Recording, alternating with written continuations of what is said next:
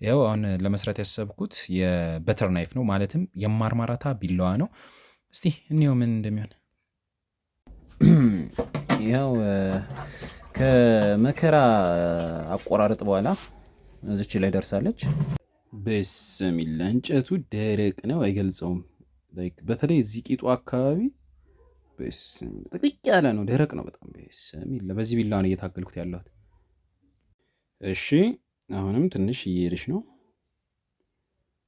እስቲ በስሚላ በዚህ ጋር የሆነ ቂጣ ራስ ነው የሚመስለው። እዚች ጋር ደርሳለች። አሁን ላይ እቺ ረፍ ሼፓ እቺን ትመስላለች። ኦኬ እዚህ ጋር ደርሳለች። እስቲ ትንሽ ቅቤ ቀባ ቀባ ትደረጋለች ከዚህ በኋላ። እስቲ ምን ትመስላለች? በለው